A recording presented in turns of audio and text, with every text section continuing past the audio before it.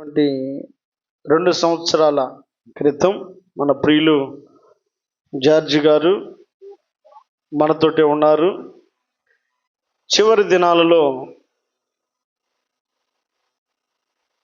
దేవుని యందు భయభక్తులు కలిగి అంతకు ముందు నుంచే డ్యూటీకి వెళ్ళొచ్చిన ప్రతిసారి నేను చిన్నప్పటి నుంచి నేను ఎరుగుదును, డ్యూటీకి వెళ్ళొచ్చాడు అంటే ఆ రాత్రి ప్రార్థన కూడిక వాళ్ళ ఇంటి దగ్గర జరిగేది.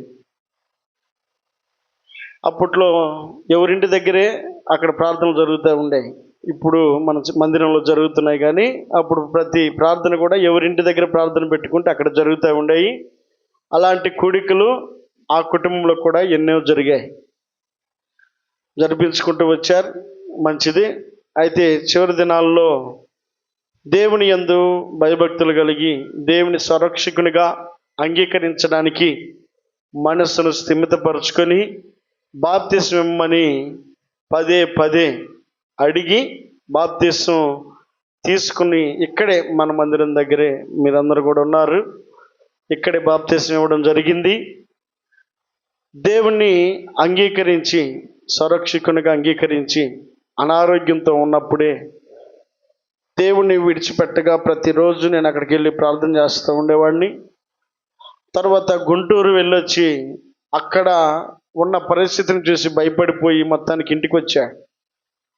ఇంటికి వచ్చిన తర్వాత రాత్రి నేను ఇంటి దగ్గరికి వెళ్ళి పలకరించి ప్రార్థన చేయడానికని వెళ్ళి చాలాసేపు అక్కడ కూర్చొని మాట్లాడుతూ ఉంటే ఆయన కూర్చొని ఇక మాట్లాడలేక, ఆ పాస్టర్ గారు నువ్వు ప్రార్థన చేసి వెళ్ళు, ఇంటికాడ మళ్ళా చిన్నపిల్లలు ఉన్నారు కదా, ఒకవేళ బతికుంటే తెల్లారి వచ్చి ప్రార్థన చేయి అని చెప్పని అన్నాడు. రాత్రి ప్రార్థన చేశాను, ఇంటికి వచ్చేసాను. మరుసటి దినం ఆయన చనిపోయాడు. నేను చేసిన ప్రార్థన నాకు అదే చివరి ప్రార్థనగా మిగిలిపోయింది. మొత్తానికి దేవుణ్ణి అంగీకరించి దేవుని సన్నిధిలో ఉన్నాడనేటువంటి ఒక ఆశ చేత సంతోషిస్తూ ఉన్నాను. ఎందుకనంటే ఈ లోకంలో ప్రతి ఒక్కరం కూడా ఈ లోకాన్ని విడిచిపెట్టి వెళ్ళాల్సిన వారమే. ఎవరం కూడా స్థిరము కాదు. దేవుని వాక్య సెలవిస్తున్న మాట కీర్తనల భాగము సామెతల గ్రంథము 10వ అధ్యాయం 7వ వచనంలో, సామెతలు 10వ అధ్యాయం 7వ వచనంలో, నీతిమంతుని జ్ఞాపకం చేసుకునుట ఆశీర్వాదకరమగును. చాలండి. ఎవరు నీతిమంతులను అనంటే యేసుక్రీస్తు ప్రభుల వారిని సంరక్షకునిగా అంగీకరించినటువంటి వ్యక్తి నీతిమంతుడు. ఆయనలో బాప్తిస్మము పొందినటువంటి వ్యక్తి నీతిమంతుడు. ఎందుకనంటే ఆయన నీతిమంతుడై ఉన్నాడు కనుక ఆయన నామమున ఎందరైతే ఆయన నామమును ఒప్పుకుంటారో వారందరినీ నీతిమంతులగుటకు ఆయన అవకాశం ఇచ్చాడు. దేవుని సంరక్షకునిగా అంగీకరించినటువంటి ప్రియులు జార్జి గారు దేవుని యొక్క కుమారునిగా వాక్య సెలవిస్తూ ఉంది. నీతిమంతుని జ్ఞాపకం చేసుకునుట ఆశీర్వాదకరము. 2 సంవత్సరాలు గడిచిపోయింది. 3వ సంవత్సరాలు అడుగు పెట్టబోతున్నటువంటి సమయాన తన యొక్క సతీమణి దైమ గారు కావచ్చు, అలాగే తన బిడ్డలు స్టెల్లమ్మ గారు కావచ్చు, సునీత గారు కావచ్చు, లేదా మెర్సీ గారు కావచ్చు, ఆ విజయవాడ నుంచి వారి మనవడు ఈ కార్యక్రమం నిమిత్తమై 2 రోజుల నుంచి ఇక్కడే ఉన్నాడు. దీనంతటికి కారణం ఈ భూమి మీద దేవుడు భార్యనిచ్చాడు, బిడ్డలనిచ్చాడు, మనవ సంతతినిచ్చాడు, సమస్తాన్ని దేవుడిచ్చాడు. దేవుడిచ్చినటువంటి ఆ ఆయుష్ కాలము మనిషికి దేవుడు 70 సంవత్సరములు అధిక బలం ఉంటే 80 సంవత్సరములు అయినను ఆయాసము దుఃఖమే. కాబట్టి దేవుని వాక్యం ప్రకారంగా మనం ఆలోచన చేసినప్పుడు ప్రతి మనిషికి కూడా దేవుడు ఇచ్చినటువంటి కాల పరిమితిలో ఎవరి పని వారు చేయాల్సినటువంటి వారు అయి ఉన్నారు. దేవుని యొక్క వాక్యము మన జ్ఞాపకం చేస్తున్నటువంటి మాట ఏమిటంటే ప్రసంగి రాసిన గ్రంథము 12వ అధ్యాయం 7వ వచనంలో, ప్రసంగి గ్రంథము 12వ అధ్యాయం 7వ వచనము, మన్నైనది వెనుకటి వలనే మరలా భూమికి చేరును, ఆత్మ దాన్ని దయచేసిన దేవుని యొద్దకు మరలా పోవునంట. మరలా అని అంటే ఏంటి? ఇంతకుముందు అక్కడ ఉన్నది మరలా. వాక్యంలో రాయబడిన మాట, మన్నైనది వెనుకటి వల్లే మరలా భూమికి అంటే అంతకుముందు ఎక్కడుంది? భూమిలో ఉంది. మట్టిగా ఉన్నప్పుడు దేవుడి స్వహస్తాలతో నిర్మించాడు. మనిషిని ఎలా చేశాడంట? మన్నైనది వెనకటి వలె మరలా తిరిగి భూమికి చేరును అని అంటున్నాడు. వెనకటి వలె మరలా తిరిగి భూమికి చేరును. మరి ముందు ఎట్లాగా ఉన్నాం? మనం అందరం కూడా మట్టి అయి ఉన్నాం. మట్టిలో నుంచి నీవు నేను తీయబడిన వారం అయి ఉన్నాం. ఆదికాండము గ్రంథము చదువుదాం. ఆదికాండము 2వ అధ్యాయము 6-7 వచనాలు. అయితే ఆవిరి భూమి నుండి లేచి నేలంతటిని తడిపెను. దేవుడైన యెహోవా నేల మంటితో నరుని నిర్మించి వాని నాసికారంధ్రములో జీవాయువును బోదగా నరుడు జీవాత్మాయను. ప్రసంగి గ్రంథకర్త అంటాడు, సొలొమోను భక్తుడు జ్ఞానవంతుడు పలికిన మాట ఏమిటనంటే, మన్నైనది వెనకటి వలె మరలా తిరిగి భూమికి చేరును. భూమికి చేరడానికి వెనకటి వలె అంటే మనం ఎక్కడున్నాం? వాక్యం సెలవిస్తూ ఉంది. ఆది కాండములో నీవు నేను సృజించబడినటువంటి రీతిని జ్ఞాపకం చేస్తూ ఉన్నాడు దేవుడు. ఇదిగో దేవుడైన యెహోవా నేల మంటితో నరుణ్ణి నిర్మించెను, వాని నాసికారంధ్రములో జీవాయువును ఊదాడంట. అప్పుడు జీవాత్మగా మార్చబడ్డాడు. మట్టిగా ఉన్న మనిషిని జీవాత్మగా మార్చిన వాడు దేవుడు. మనిషికి ఒక రూపాన్ని ఇచ్చి ఆ రూపానికి జీవాయువుని వదిలిన వాడు దేవుడు. కాబట్టి మనిషి మట్టిలో నుంచి వచ్చాడు గనుక మరలా తిరిగి ఎక్కడికి చేరాలి? మట్టిలోకే చేరాలి. నీవు నేను ఆయన చేత సృజించబడినటువంటి వారమై ఉన్నాము గనుక మరలా తిరిగి ఈ శరీరం ఎక్కడికి వెళ్తుంది? మట్టిలోకి వెళ్తుంది. ఇదిగో నరుని యొక్క నాసికారంధ్రంలో జీవాయువును వదిలినటువంటి దేవుని యొద్దకు జీవాత్మ వెళ్తుందట. ప్రసంగి గ్రంథంలో చదివిన మాట మరొకసారి చదువుదాం. మన్నైనది వెనుకటి వలె మరలా తిరిగి భూమికి చేరును, ఆ ఆత్మ దాన్ని దయచేసిన దేవుని యొద్దకు. అదండి, ఇది బ్రతికున్న నీవు నేను గమనించాల్సింది. ఈ శరీరం మట్టిలో కలిసిపోతుంది. ఇదిగో నీలో ఊదినటువంటి జీవాత్మ దేవుని యొద్దకు చేరుతుందట. దేవుని యొద్దకు నీవు వెళ్ళబోయే లోపు నువ్వు చేయాల్సినటువంటి పని, నువ్వు తెలుసుకోవాల్సిన సత్యం నువ్వు తెలుసుకోవాలి. 90వ కీర్తన 1వ వచనంలో రాయబడిన మాట, ప్రభువా తరతరముల నుండి మాకు నివాస స్థలము. అదండి మనిషి తెలుసుకోవాలి. తరతరముల నుండి నివాస స్థలం ఎవరు? దేవుడు మనకు నివాస స్థలం. దేవుని యొద్దకు మరలా తిరిగి వెళ్ళిపోతాం. నరుని యొక్క శరీరము భూమిలో కలిసిపోయిన తర్వాత నరునికి నాసికారంధ్రంలో ఊదినటువంటి జీవాత్మ ఎక్కడికి వెళ్తుంది? దేవుని యొద్దకు వెళ్తుంది. అందుకే ఎరిగినటువంటి మోషే భక్తుడు రాసిన కీర్తన 90వ కీర్తనలో చదివిన మాట, ప్రభువా తరతరముల నుండి మాకు నివాస స్థలము నీవే. తరతరముల నుండి. ఇదిగో మా తాత తరాలు మారినా కూడా ఆ తరతరాల నుండి వచ్చినటువంటి నరుని యొక్క జీవాత్మ ఎక్కడ చేరుతుంది? దేవుని యొద్దకి వెళ్తుందండి. దేవుని యొద్దకి వెళ్తుంది. మట్టి శరీరంలో కలిసిపోయిన నరుని యొక్క జీవాయువు దేవుని దగ్గరికి చేరుతుంది. కాబట్టి వాక్యం సెలవిస్తూ ఉంది, పర్వతముల పుట్టక మునుపు భూమిని లోకముని నీవు పుట్టింపక మునుపు యుగ యుగములు నీవే దేవుడవు, నీవు మనుషులను మంటికి మార్చుచున్నావు. నరులారా తిరగండి, నువ్వు సెలవిస్తా ఉన్నావు. నరులారా తిరిగి రండి అని దేవుడు సెలవిస్తా ఉన్నాడు. ఏ దేవుడైతే నిన్ను సృజించాడో ఆ దేవుడు మరలా తిరిగి నేను పిలుస్తా ఉన్నాడు.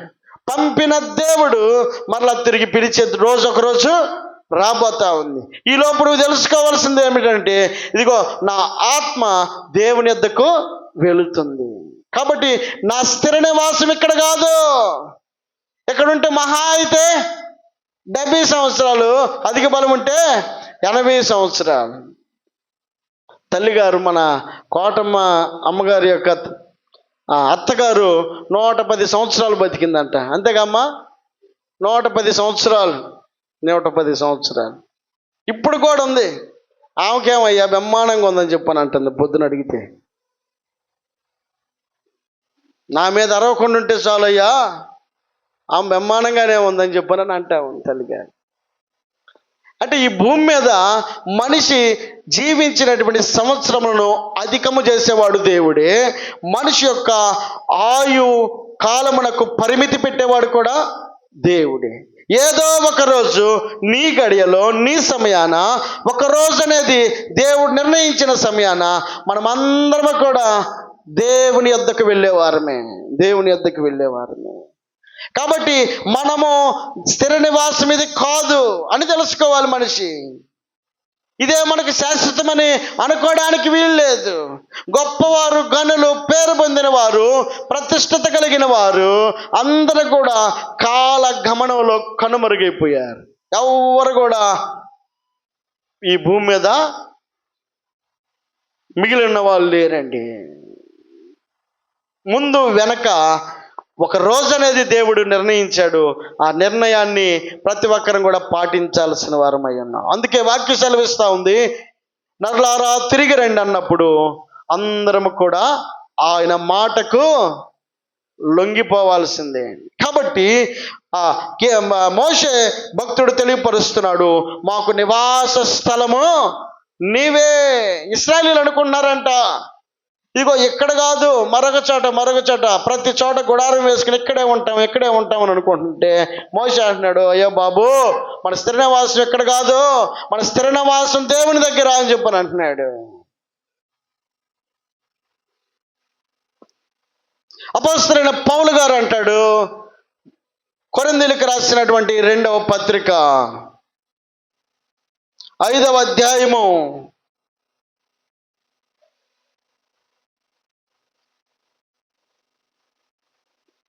1వ వచనం,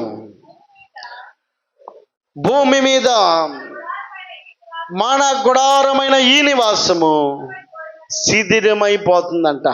తెలుసుకున్నాడు పౌలు గారు. భక్తుడైన మోషే అంటున్నాడు, దేవా మా స్థిర నివాసము నీవే అని అంటున్నాడు మోషే.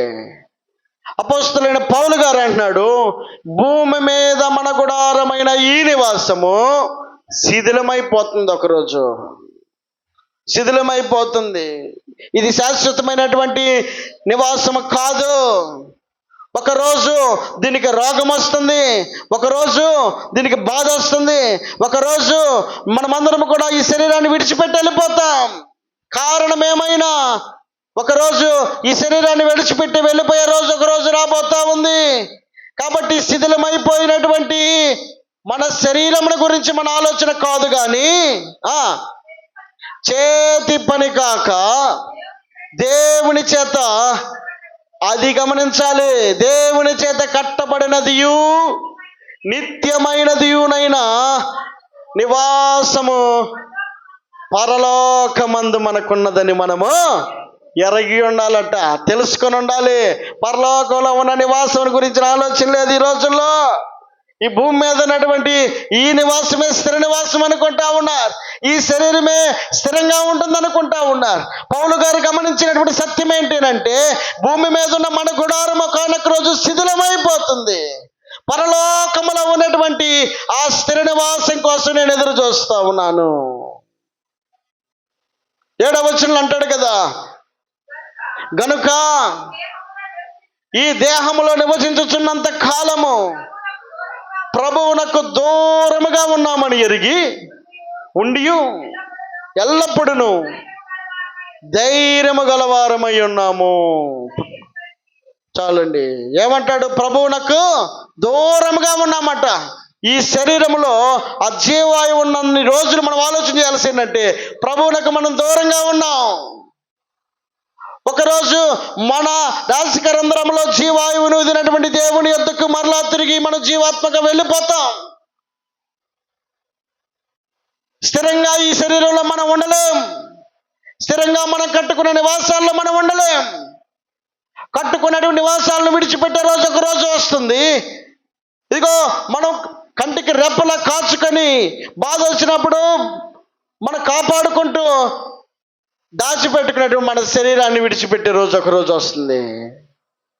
కాబట్టి ఈ భూమి మీద ఉన్నటువంటి మన నివాసము శిథిలమైపోయే పరిస్థితి వచ్చినా మనం గ్రహించాల్సిన సత్యం ఏంటంటే పరలోకంలో నా కొరకు ఒక నివాసం ఉందనే విషయాన్ని గ్రహించాలి.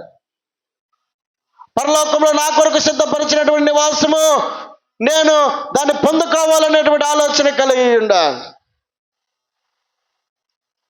అందుకే యేసుక్రీస్తు ప్రభుల వారు తాను భూమి మీద 33.5 సంవత్సరాలు బ్రతికి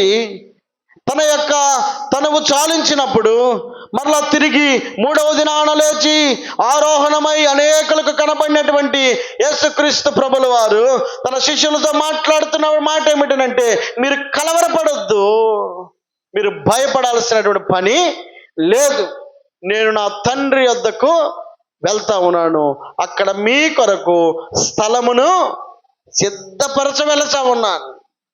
ఒకవేళ ఇక్కడ స్థలమే లేదనుకోండి, నేను మరలా మీకు చెప్తాను. మీకోసం స్థలాన్ని సిద్ధపరచడానికి వెళ్తా ఉన్నాను. అది మనకు స్థిరమైన నివాసము, అదే మనకు శాశ్వతమైనటువంటి నివాసం. కాబట్టి మోషే గారు గమనించాడు. ఆయన అంటాడు కదా, ఏమని? తరతరముల నుండి మాకు నివాస స్థలము నీవే. పౌలు గారు అంటాడు, ఈ భూమి మీద మన గుడారమైన ఈ నివాసము శిథిలమైపోతుంది, పరలోకములో ఉన్న నివాసము మనకు స్థిరమైనది అని అంటాడు. అబ్రహాము గారు అంటాడు కదా, ఆ హెబ్రీయులకు రాసిన పత్రిక 11వ అధ్యాయములో 10వ వచనం,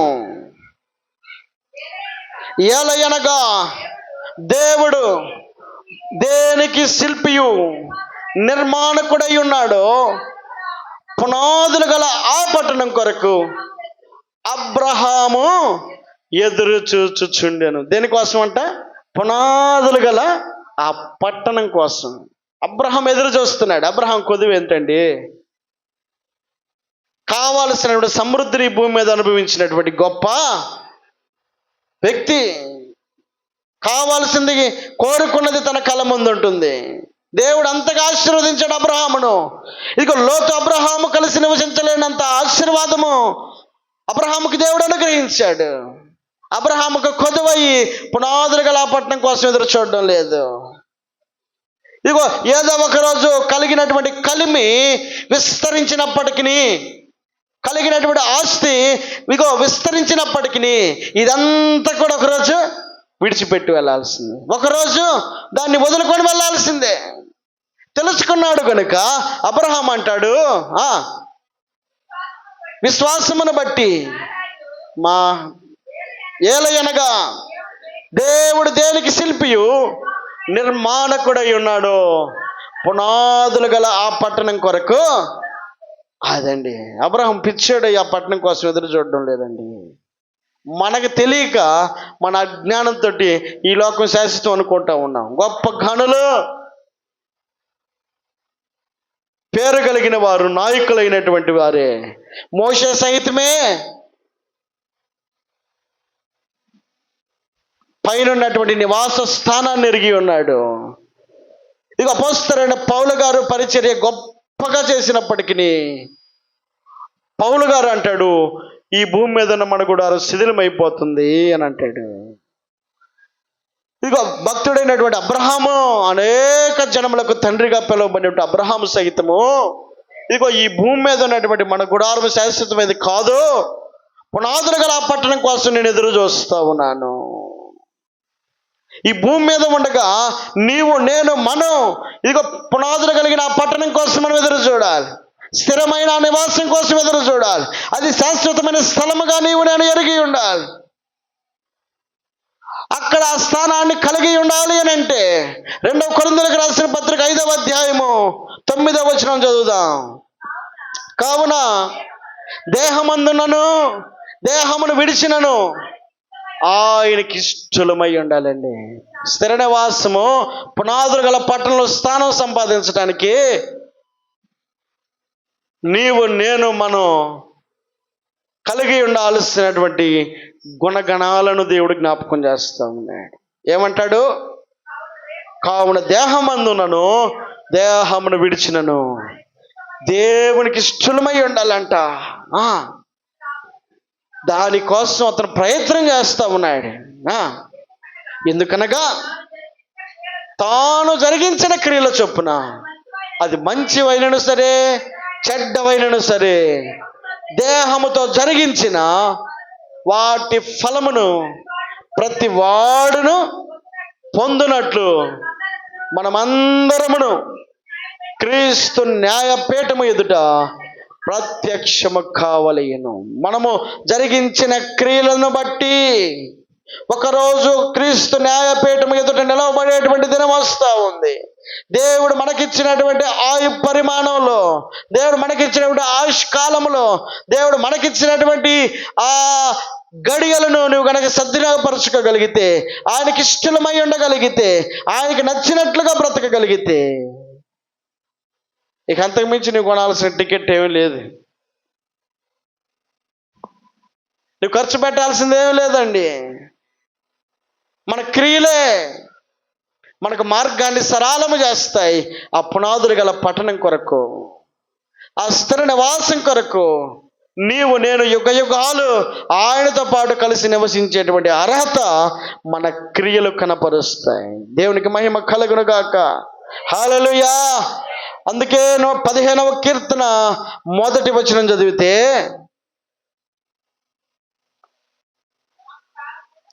15వ కీర్తన 1వ వచనం, యెహోవా గుడారములో అతిథిగా ఉండదగిన వాడెవడు. చాలండి. ఎక్కడంట?